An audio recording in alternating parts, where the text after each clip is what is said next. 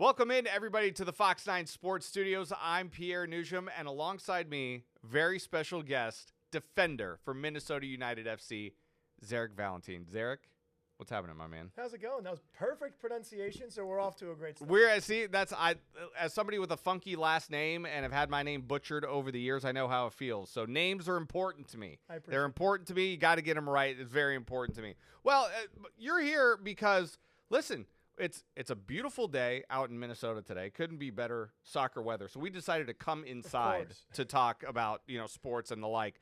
But let's start with you guys. I mean, Minnesota United, in terms of everything that's going on in Minnesota sports right now, everybody is hot to trot on the Timberwolves right now for very good reason. We just saw the Twins win 13 in a row.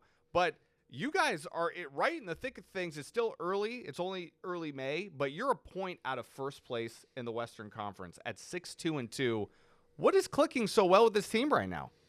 I think it's clicking with the team. I think that's a very good way to put it. It's not necessarily one person carrying the load, as some teams have been in the past. You look at Miami and Messi's, putting that team on his back.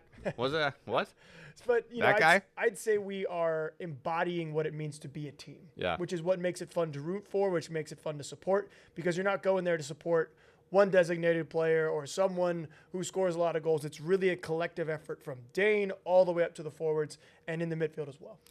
Walk me through how it was in the beginning of the season, because, listen, with the way things ended last season and coming into this season where, there was, I don't know if the word confusion is right, but there was a deep search for the front office. Mm-hmm. There was a deep search for a head coach. You guys began the season with an interim head coach, Cameron Knowles, who did a fantastic job, by the way, and still on the staff, for those who don't know. But that's almost a recipe for disaster for a lot of teams, because you don't know which direction you might be going. But you guys handled it perfectly, and now you have a new man in charge in Eric Ramsey. How did you guys weather that storm through the first month of the season? It's definitely a recipe for disaster. Yeah. But, in professional sports, all you really want to have is control. And to be fair, in life, all you really want to have is control. So when things are out of your control, that makes it extremely difficult. So there was a lot of noise. There was a lot of moving pieces. And I've known Cameron since my time in Portland. Back in 2016, he was our assistant coach. So I've known Cameron for a long time, and he's had opportunities as a head coach, whether that was with the Timbers too or then Minnesota United too. And he came in and embraced the role. He didn't run from the challenges. There's two people. You can either run from the fight or you run towards the fight. And credit to Cam, ran towards the fight and said, listen, there's a lot of noise. There's a lot of moving pieces. There's a lot of change, but that's outside of this. We can affect what's going on between these lines, and we can control that, and we can put all of our energy into that. So take those ideas, sprinkle in a few new players, have that veteran core leadership group that we had previously, and then it was just a matter of trying to get on the same page as quickly as possible. There was an influx of new ideas. We had talked about going a little bit younger. We had talked about playing a potentially different style than when we had with Adrian. So it was implementing those things as quickly as possible, and credit to Cam and his staff at the time, Jeremy's now with the second team and Adi's been with us, and now Cameron has stayed on, and we've embodied some of those same things. But credit to Cam for getting the group on the same page, but also my teammmates too, right? They're the ones kicking the ball. Sure, yeah, that's fair. We're the ones trying to put the ball in the net, and for myself, trying to keep it out. Yeah, no, so it's funny that you mentioned style, because I remember watching you guys in the first home game you had, and with the way you guys were pressing high, I said, whoa, we haven't seen this from this type of style from this team. Really, since I've been here 6 years now, I haven't seen you guys press that much the way you did. It worked, beautifully for you guys. But and just the other day, in your guys' win over who did you guys beat? Atlanta. That's right, down in Atlanta. You have 5. You start 5 in the back. Mm-hmm. So I said to myself, well, that's a little bit of a change. 5 in the back traditionally means you're good. You're trying to look for that opportunistic, maybe 1-0 win. That would be an indication for maybe a style back in the 90s and early 2000s. But you guys won the game 2-1. And how are you guys winning these games with so many different styles that you're playing right now? I would say kudos to the group for being flexible, because they are being played in different ways. If you look at that Columbus game, we tried to play on the front foot. Columbus is known for how they play, their style of play, the tiki-taka, Wilmer ball, whatever you want to call it. Is that the official term? Well, yeah, tiki-taka is a term taken from the Barcelona with Pep Guardiola. That was kind of where that had developed from. But then they have a coach, Wilfred Nancy, who went through the academy system when I was back in Montreal way ages ago, who's established his style and has translated that to a team that's now in the CONCACAF final. against Pachuca, and they're a team that likes to play. So with this new influx of ideas, we've wanted to attempt to be on the front foot more. And there's a misconception. When you defend, it's that you're absorbing pressure and the other team's in control. They have the ball. You're sort of reacting. But there's a way in which you can play defense where you're being proactive, where you are trying to push the team into specific areas. So for that game specifically against Columbus, the team was pressing higher up on the field. And I believe there's a statistic, I'm going to have to fact check myself, but we are ranked in the top 3 in terms of pressures against an opponent with the minimum required passes, if that makes any sense. So essentially, the opponent will make between 5 and 7 passes, and they will receive some sort of contact from a Minnesota United player. On the opposite end of the spectrum, I believe, is New England and one of those teams, they're around 20, 25. So the other team might make 25 passes before, bam, they get hit, or there's a tackle, or there's a 50-50 ball. So that shows us that we are being proactive and actively getting the ball back, saying, you know what, you might have it, but we will still be in control.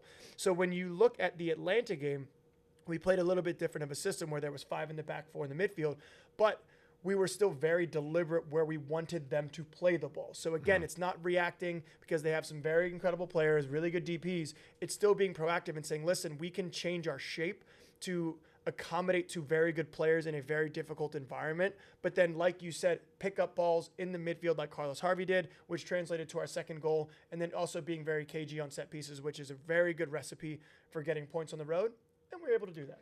Hey, you guys have done it brilliantly so far through the first 10 games of the season. But I got listening to you describe that to me. How long have you played the game? As professional or all together in your entire life? Well, we're going on 30 years probably now, right? Yes, I'm 32. I started playing professionally 14 years ago. So I've been playing pro for 14 years, and I started when I was about 5 years old. So pretty much 27, 28 years of my life. Because, I hate to be that guy, but I am going to be that guy right now. It's like, I played the game too, by the way. I played the game. Yeah, I was a pretty average high school player, so let me infuse my knowledge of the game too. But when I played, the reason why I bring it up is when you're talking about numbers and stats, and analytics is such a big part of every single sport now. It always humors me a little bit when I hear analytics in soccer, because in my playing days back in the day, if somebody would feed me these numbers and this information, I said, this is crap. Who cares about this? Sure. Feed me the ball, put the ball in the back of the net. That's the only number that matters. How do you think that's helped you change the way you look at the game? Or how do you get an old fogey like me to realize that there's a place for this in this sport? Yeah, so that's where numbers and old school players, even like myself, are having to adapt to a lot of these brand new statistics. A lot of it mainly just shows trends and the style of play, also the way a game went without physically watching it. Yeah. So if you watch the game and Minnesota United had 3 XG, so basically 3 average goals that you would have potentially scored, and the other team might have 0.5, you would watch the game and say, well, I didn't see this game, but Minnesota United clearly created a lot more chances than, let's say we're playing San Jose. Yeah. So then you can watch that. You can look at some of the statistics. You can look at the possession, the passes, into the final third, clearances, all those things, and that just helps you paint a picture to the naked eye if you did not physically watch the game. Because there have been games, for example, if you look at the Salt Lake game, where our expected goals, meaning the high value chances we created, I think one of them was saved off the line. Or let's look at the Houston game more specifically. Steve Clark stood on his head. It was incredible. He made 2 or 3 save of the year candidate style saves, and we lost that game at home. So when you look at it on paper, you'll see that Minnesota United probably had close to 3 expected goals, meaning we created some really good chances, hit the crossbar. I believe Tanny hit the crossbar on 1, and Steve had 2 ridiculous saves. Steve had 1 ridiculous save, 1 was cleared off the line. So to the naked eye, you'll look and you'll see the scoreline 2-1 up. Houston won. They must have really outplayed him and beat him. Right. But then if you break it down and you want to nerd out a little bit, and then you dive into statistics, you'll say, wow, well, clearly the statistics are painting a completely different picture, saying that Minnesota actually had the better of the play for probably about 60 to 75 minutes. It just so happened that they might have scored a goal against the run of pressure. Let me watch the highlights. And then you watch the highlights, and it literally will show you exactly what that picture was painted. It's so funny that you bring it up that way because, it's a sport that obviously doesn't have a ton of scoring, which, that doesn't bother me necessarily. I know it bothers a lot of people, but it's a bottom line business. The bottom line is what was the score. And then exactly, yeah.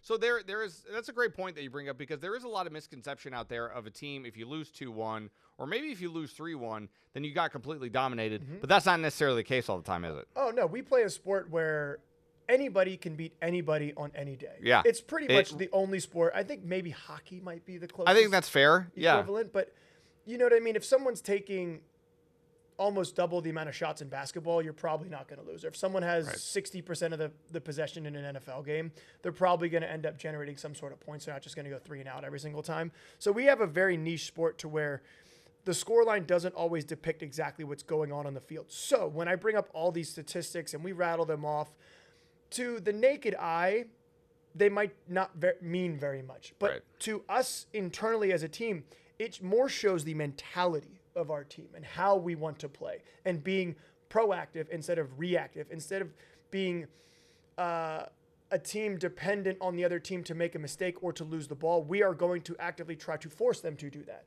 And then obviously with the ball, you can look at certain statistics, passing percentages and things along those lines. But I would say more so we would focus on a lot of these defensive ones because that's something where that genuinely shows all 11 guys are trying to hunt the ball back. Because when you have the ball, if you pass it to Tanny or if Robin Ludd has it, not everyone's necessarily involved. But if there's pressure from Will, Robin, Joe, Devin, and you're seeing that's a mentality that will show up on numbers. And that for me is exciting because it shows that there's been a monumental shift in the way we want to defend. With Adrian, it was a little bit more sit in our block and absorb a lot of this pressure, bend but don't break. Now we're doing the breaking, which is extremely exciting. Yeah, it's certainly you notice the contrast in style for sure, and that's really where that's kind of what leads me to Eric Ramsey. I mean, obviously he's new here. You guys have had to adjust to him, but it seems like everything is going just fine so far.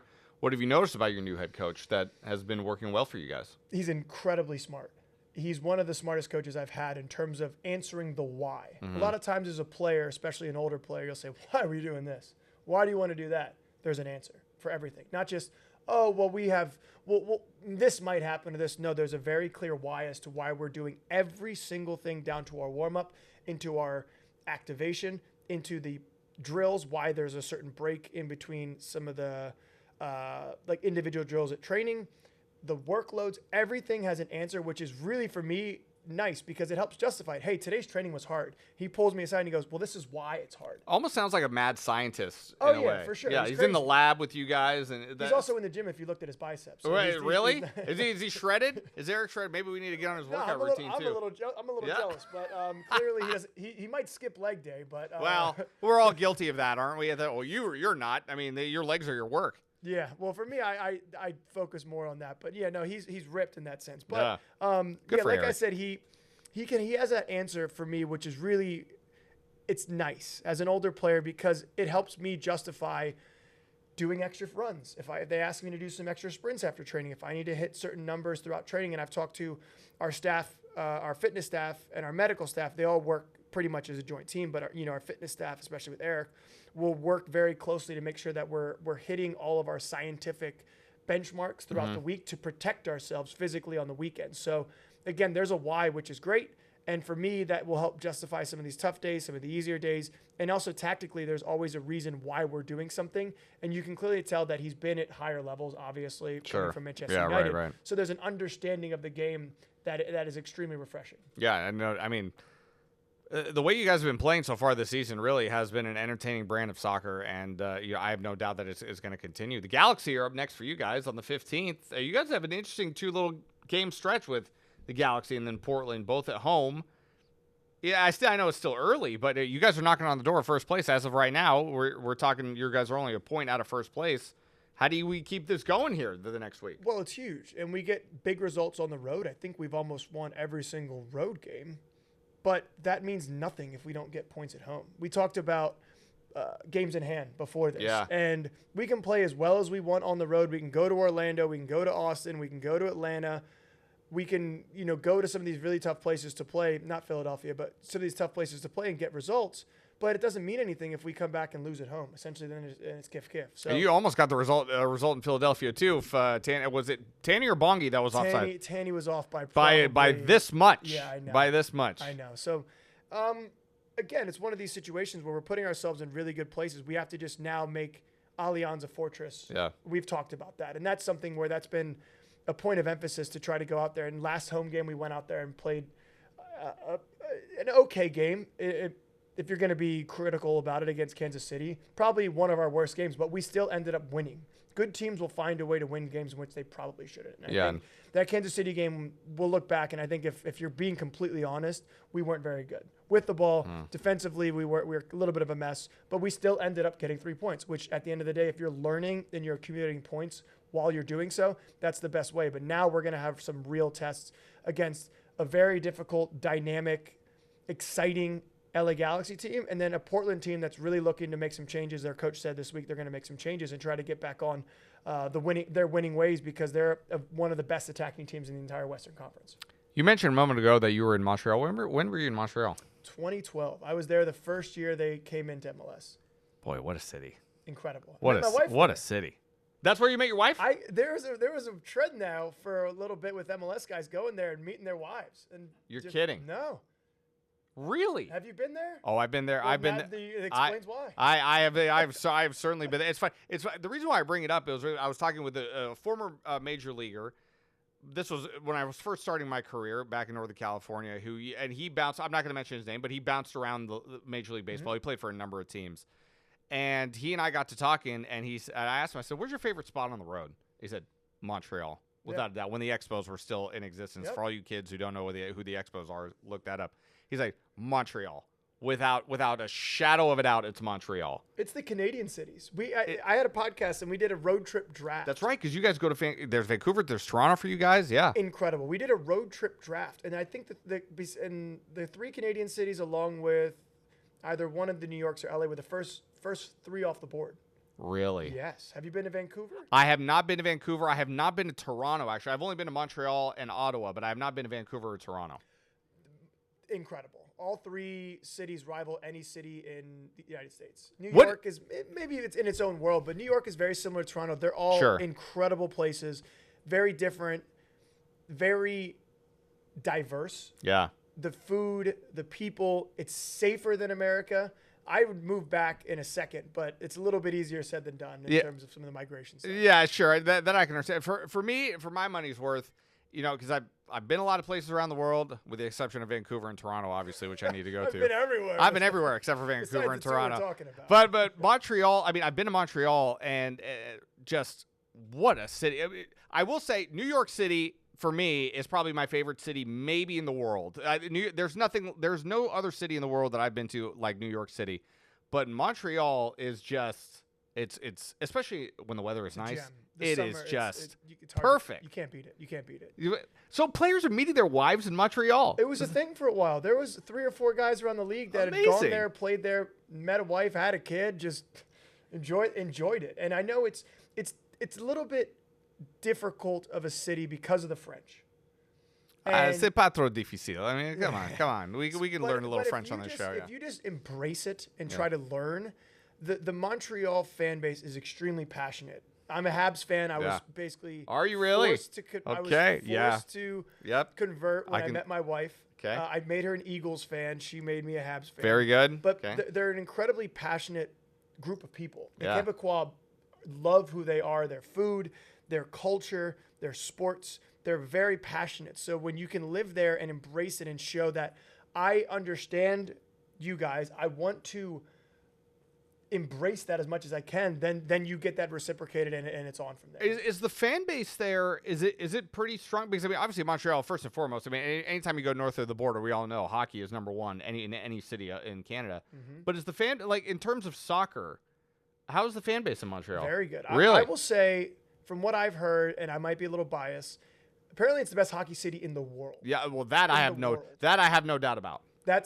even within Canada, I'm sure there'll be some sort of arguments. They'll say whatever. But if you look at I'm the sure track Toronto will record have something to of say about that. Quebec City Yeah. and Montreal, especially, the amount of players that just get produced, and they sell out. I mean, the Maple Leafs are pretty damn good hockey team as well in terms of their support, and obviously Edmonton, they have, the what's his name? Connor McDavid. Yeah, Connor McDavid. Yep. So the Canadian cities and the Canucks are crazy. I was there when they lost. Yeah. I was there Well, they lost to the Bruins in 2011. Yeah, I that's when think they it lost was. to the Bruins. Yep, I was there, and they're flipping over cars and Yep. stuff. So I remember. as a country as a whole, it's not even close. But within that, the Quebecois will argue that they're the best hockey city in the world, and that bleeds into the soccer culture as well. It's very different. Their chants are in French. Yeah. So they're not Yes. in English. So that Right. immediately sets it aside from every other MLS club. Mm-hmm. And it's naturally, the interesting part is it's naturally a late crowd, which I found really interesting. Interesting.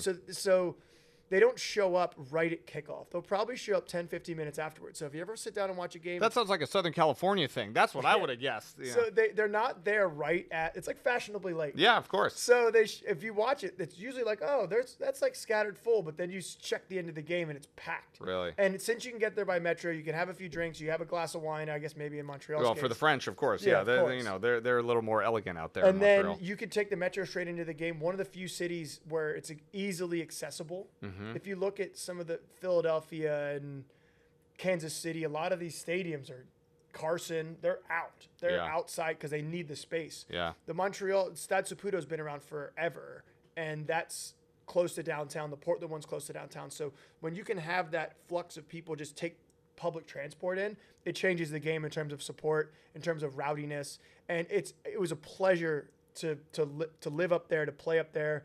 Obviously, meeting my wife was awesome. I met her on the first night out we had as a team at a bar called Philemon.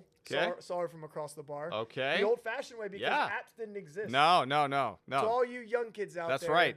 Go talk to somebody at a Yeah. bar. Yeah. Like- It used to be hard. Yeah. You had Oh, to yeah. approach somebody. I- You had to be funny. I would talk myself in and out of trying to talk to somebody for 20 minutes before I even had the guts to go up there. You can't just sit and hide behind a keyboard. No, you so can't. all you young folk out Yeah. there miss me with this generational gap. I'm not about that one. See that? You see that? When's the trip? What are you gonna find a wife in Montreal? Like, you should be on the trip, like out there.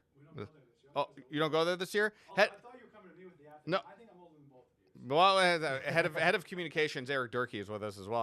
I was saying, hey, maybe you like gotta get on that trip to Montreal. Maybe I need to get on that trip to Montreal. No, I'm gonna get in trouble for saying that. But when you're talking about, so Montreal sounds like, well, you already said if you had to power rank the road trips, then Yeah. is Montreal still number one for you? Probably because of Yeah. my familial connection. Okay, We would got go it. back. We would be there. But so we had the draft. My buddy Jeff Atnell and I, who was an old goalie, Mm. and I took Montreal first off the board. Okay, fair. That was, and then we split the other Canadian. I think he took Vancouver. I got Toronto. He got New York, and LA. Those are pretty okay. easy. The ones out there. So when you can go to these different environments, these different cities, and experience the culture, experience a dinner. Sometimes you get to spend more time than others. If it's a centralized or East Coast place, we don't go out. We only go out the day before. Yeah. But some of the West Coast trips that are further with the hour change, we go out 2 days before, so you can have a dinner. Yeah. So it's nice to go out and experience some of the cities, walk around. You don't really talk to people, but that is what has been missed ever since COVID. We've changed the way we travel, so we haven't been able to do that as much. And a lot of the sports teams, you're in and out. Some people travel right, yeah, day of the game, yeah. which for me is, this is a hashtag first world problem, but we haven't been able to really experience a lot of these cities. Uh-huh. And that's something that I miss a lot. But Sure. for me, Montreal is probably my favorite road trip in terms of food, night out, everything you want to encapsulate into one, the fan base. It's easily number one for me. I think the fans that are listening and watching would like to know. You brought up how you met your wife. Why don't you walk us through the evening? How did that all happen? And you guys have obviously been together ever since. A love story in Montreal. No, it was not ever since. This No. is not as it's not as beautiful as it sounds. You're not obligated to share either. I'll Eliza, give you but- I'll give you the elevator pitch to Okay. make it sound a lot more lovely Well- than it is. But we had the jersey unveiling Yeah. on the water in the Old Port, which was really fun. So all the players were down there, and then we wanted to just walk to a bar in the Old Port, which is this feels like you're in Marseille. This Right. feels like you're in Lyon when you're going to this historical city where the French colonized it in the 1600s, built a replica Notre Dame church. So we were right down there, and we went out to a local bar, and I see this fine little Quebecois. All right. Across the bar, and I had a girlfriend at the time. But I said, man, this girl's really cute. So one of my teammates actually went up and started talking to her first and foremost, and then we went and hung out. We brought the whole group in, and we're sitting there catching up, but I didn't really get too deep, and we ended up watching the Super Bowl together the next night, and then went a few months without talking, and then we rekindled our relationship in the summer when I was single. And the best part was, I remember I texted her when right as my girlfriend broke up with me, and she goes, "Your girlfriend broke up with you, didn't she?" And I go, "Yep." And she goes, "All right, just call it for what it is."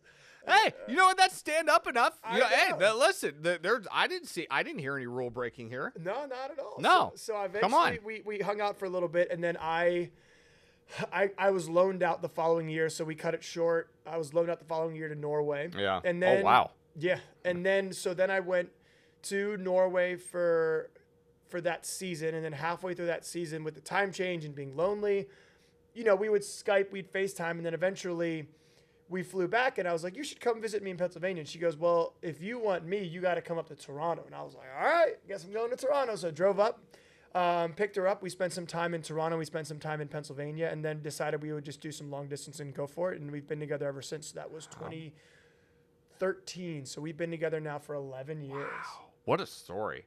Sounds like a woman that knows what she wants. So she's like, "Oh, no. You want to make this happen. You got to come to Toronto." So the in-depth story that I'm partially leaving out is you don't have to you don't have to say anything you don't want to. I told her I couldn't be with her because she was Canadian.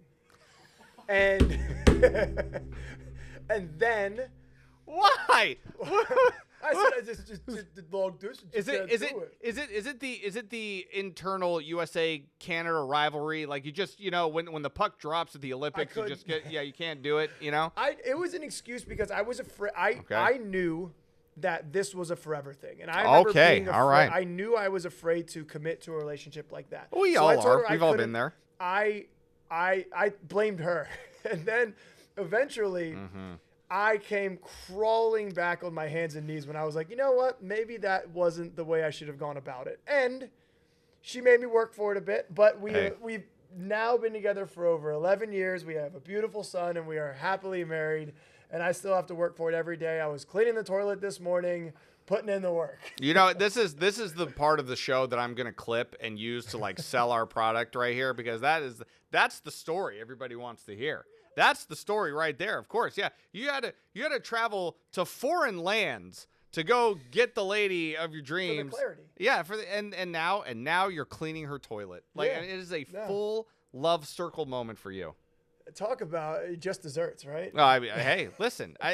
We've all been there. I probably got to clean the toilet when I get home today too. So we're not above this type of things. I even made dinner before I left too. What'd you make? Pot roast.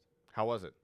It's in the oven. Is it in the oven right now? It's cooking right now? Simmering right now? The house is still there when I'm back. I've never put something in the oven and left it. So we will see how it goes. Every time, because my girlfriend, to her credit, she is an amazing cook. Mm-hmm. I've never been more spoiled in my entire life. That's why I tell her all the time. I said, "This is your fault that I'm 10 pounds overweight right now. I need to go out and train with you guys because I got to shred 10 pounds right," because she's constantly cooking. And every time I try to make something for her, I was starting to cook. She's like, "That's cute. Why don't you just go sit over there?" At least you're trying though. That's the thing. I never ever want to make it seem like I'm not contributing something. Of course. If I'm not contributing something, I played sports all my life. If I don't feel like I'm contributing something, I don't go home happy. You're the guy on the Kentucky bench. Yes. That's just hyping everyone yes. up. You're the hold back guy, right? 100%. Stay on the court. Don't get on the court. We can't afford a technical. 1,000%. That is 100%. Because listen, if we as a team, maybe this is probably not a good thing about me, but if as a team, if we won, and if I didn't not so much that if I didn't score, I know that not everybody has to score all the time, but if I didn't feel inside that I didn't contribute something, I went home in the worst mood. Mm-hmm. You couldn't be around me because I just felt like I didn't contribute anything to the victory. Well, that's a fantastic segue back into the team because that's a little bit of what my role is now as one of the older players. Yeah, okay. is I am the vibes connoisseur for the team. I am the minister of culture. Put that on your business card, please. It's on my LinkedIn profile. Yeah. But yeah, so I fully understand that because there's so much time in between each game. But fans they'll see a 1-minute training report video, they'll see the game, and then they'll see the training report video, and then there's so much time in the locker room, pregame, postgame, halftime, leading up to it, film sessions. There's so much going on, and I've understood that at this point in my career, I'm probably not the game in, game out starter. I can be that way if there's any injuries, but I'm not the first choice game in, game out starter, and that's okay. I've come to a happy place, to use a Happy Gilmore reference, where I understand that my role is I said there's 34 games, 365, so you're looking at a 331-day role for me, sprinkled in with games here and there. That's my role. My role is 331 days of the year.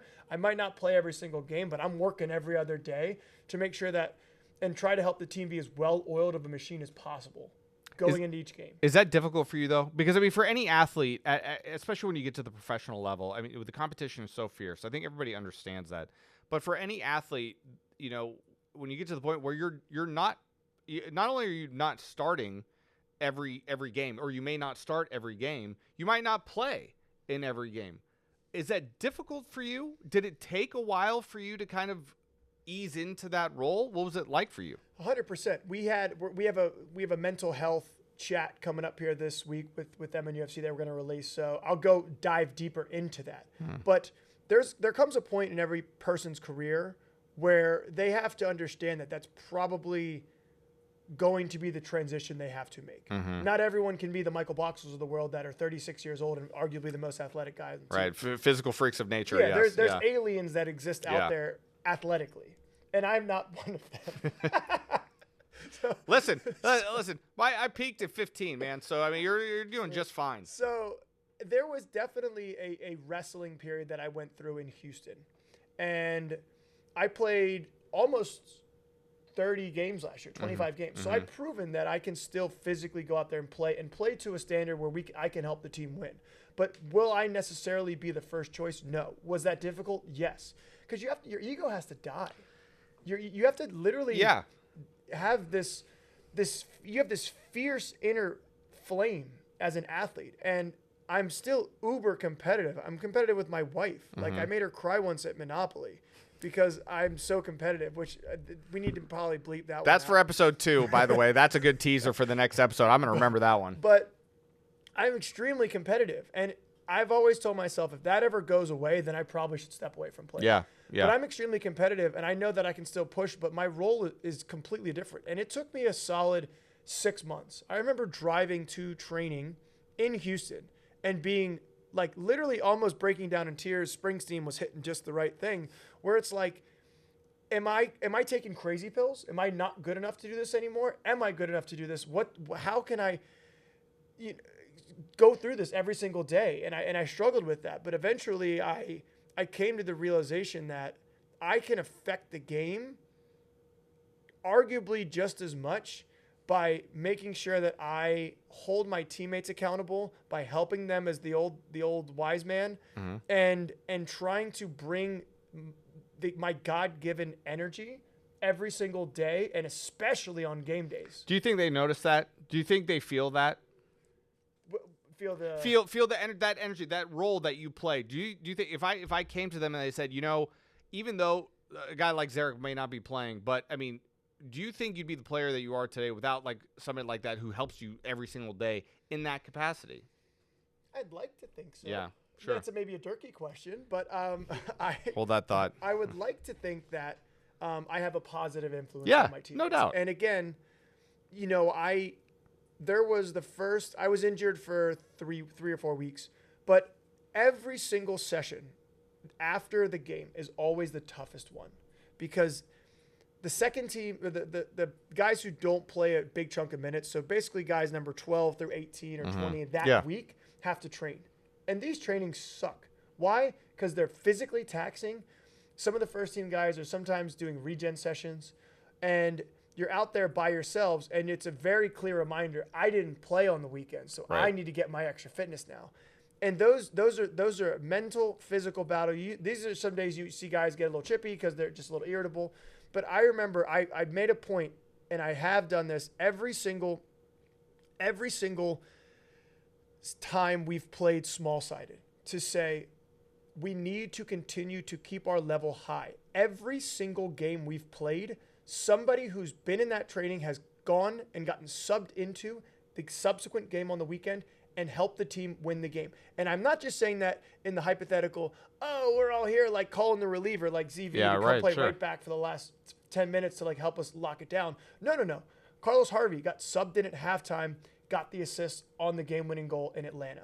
You have Tanny got subbed in against Columbus, scored the goal. You had Bongi come in and get subbed in twice and contribute and score goals. So there is a direct correlation between these sessions, between taking them seriously and, pardon my French, actually giving a shit, because it's tough, because it's really easy for you to go out there and mess around and just get through it. But if you go and you put in those moments, there is a literal roadmap to you coming in and helping the team. Fragapane got subbed in when he scored against when Robin cut the ball back and scored against and Fragat tapped that one in.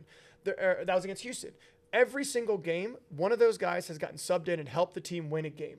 And I paint that picture and say, listen, this is the last 10, 15, 20 minutes of this session. Put all your energy and focus, and then we can get into the normal week. But this is extremely important. And for me, I know that I wish I had someone that would have told me that potentially when I didn't play games. So I want to be that beacon of light for some of the younger guys who might need that little extra push to get through those tough moments. It's a mentality that I think is absent a lot in youth sports as well. I mean, this is a whole other conversation we can say for another day in terms of, helping young athletes understand that there are different roles at different times for every single different team.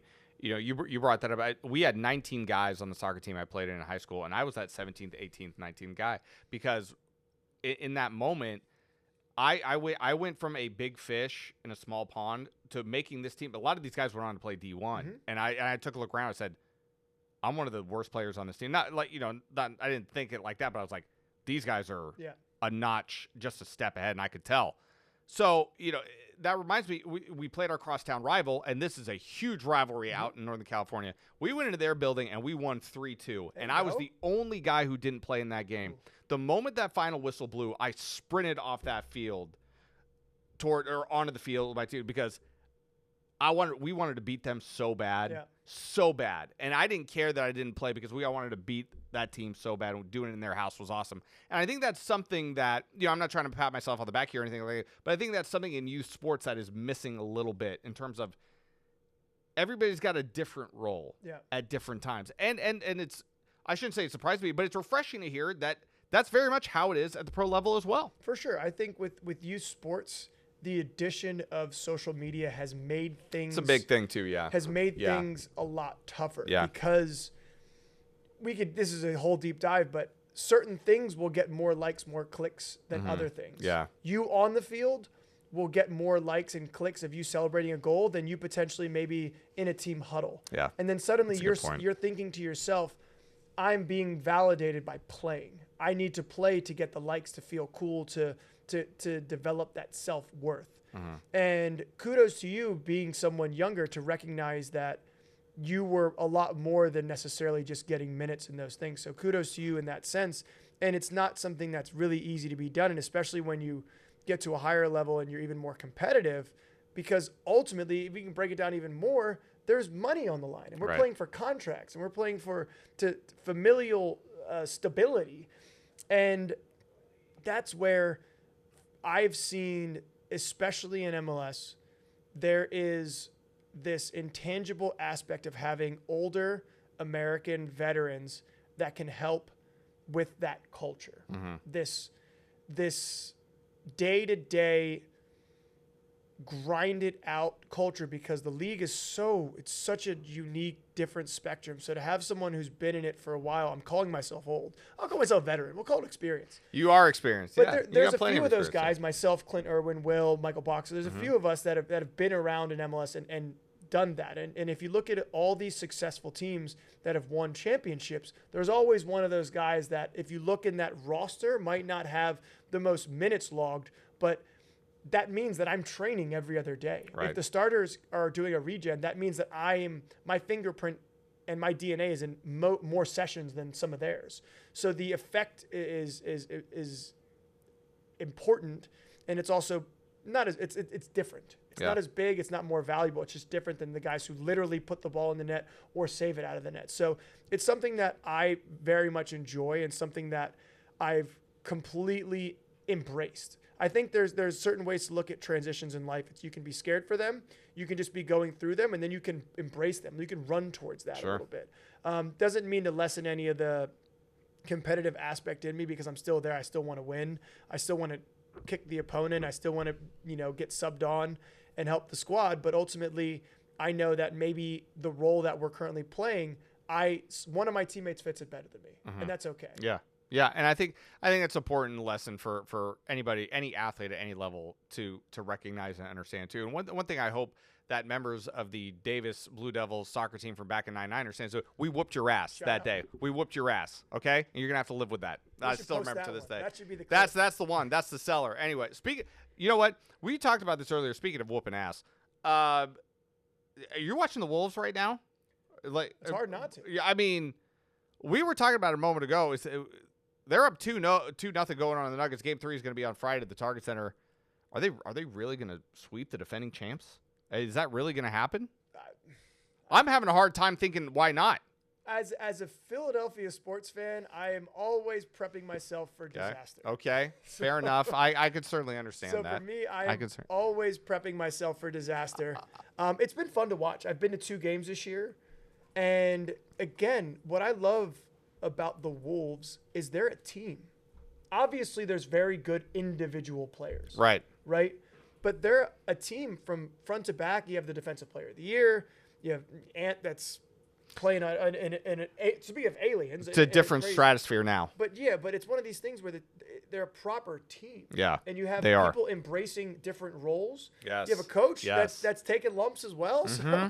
So, again, it's been a lot of fun to watch because, again, you're watching a team play a lot of big, we talk about the stars and the big threes and all these different things, and a 2-time, potentially 3-time NBA MVP, and the team is winning, which is awesome because I don't know much about the Twins. I can talk a little bit about the Wolves, but Minnesota right now has great teams. That's a lot of fun to watch because it's not just one player. It's not just, again, the Ants the closest equivalent. Star cell leagues, we know that. We know that. But it's very good teams. Yes, it's a lot of fun to watch. Yeah, it's without a doubt so much fun to watch. I'm typically at about, I'd say I'm about at half the home games for the Timberwolves, and one thing I do notice at the Timberwolves games is probably every game there's a handful of Minnesota United players that just walk right by me, right onto the court, and just sit right courtside. You've been there. I've seen you there almost every other game. Dirk's shout out Dr. Bill. I was about to say, Bill's got great tickets. He's got awesome tickets. Yeah. Have you taken advantage of that? I hope so. I've been to 2 games this year. Yeah. I saw them play the Sixers. Okay. That's okay. I saw them play the Sixers, and the Sixers got their butts kicked. Yeah. And we did not play that game, and we got waxed. But again, it's very fun for me to watch the Wolves because it's not a huge, big market team. It's not like I have to be like, I'm watching the Lakers and it's my local team that I play for. No, it's a fun team. And I grew up watching the Wolves a little bit because I was a big Kevin Garnett fan. Yeah, who wasn't? Absolutely. Yeah, so it's been a fun ride this year. We have a lot of guys who are extremely invested in our locker room. Local guys especially that are all aboard watching games. But I will actually have a fun fact for you. Yeah. Who do you think is the biggest basketball fan on our team? This one will surprise you. That's a good question. And I think it'll surprise you. If I had to take a guess, Dane strikes me as a guy who might be a basketball fan, but something tells me it's not him. But what about DJ? DJ seems like he might be a basketball. No. Dane's top 5. Dane, okay. In no particular order. Yeah. Dane, Tanny, Devin. Okay. Right? Yeah. Boxy. Okay. Number 1. Yeah. By far, Robin Lund. You're kidding me. I never would have guessed. Robin is the The biggest. Finnish Flash himself? He is the biggest basketball junkie Really? I've ever met in my entire life. You know, because I'm trying to rack my brain to see if there's any type of Finnish connection to the NBA. I don't know if they've ever had a Finnish player before. There was the one guy who played for the. Laurie Markkinen, yes. Was he Was he Nuggets? Finnish? Was he the Is he? Nuggets that had to go to the Jazz? Yeah, he's from Finland. I should know that, but I did. I like. His military training. Yeah, he did. Oh, he military did. Oh, one. okay, did. Okay, all right. Real that I would not Robin have guessed that. is by far the biggest basketball fan of everything. He doesn't just watch the big teams. He watches every game, knows the stat lines, knows he's like the Finnish Woj Yeah. in terms of our locker room for the information. He's breaking contracts. NBA news left He and was- right. we're like, hey, Robin, what was what was Grayson Allen's new deal? Oh, well, and then like, oh, he was 4 years, 70 mil. Just like Yeah. just being able Oh, to, he just knows it right away. It's impressive, and again, it's one of these things where to have conversations with him, I would watch the Sixers in the playoffs, but I would have to look at the box score before training to have some sort of reference to exactly how some of the players did, so that I could have the conversation with Rob and appear to be up to his level in terms of, like, I'm talking like shooting percentages. Yeah. He's an He's an encyclopedia. He's an NBA encyclopedia. It's incredible, and he loves it. Him and Temu love basketball. So again, fun fact of the day: Rob, in my opinion, and these guys they'll argue all they want, but Rob by far knows the most, watches the most.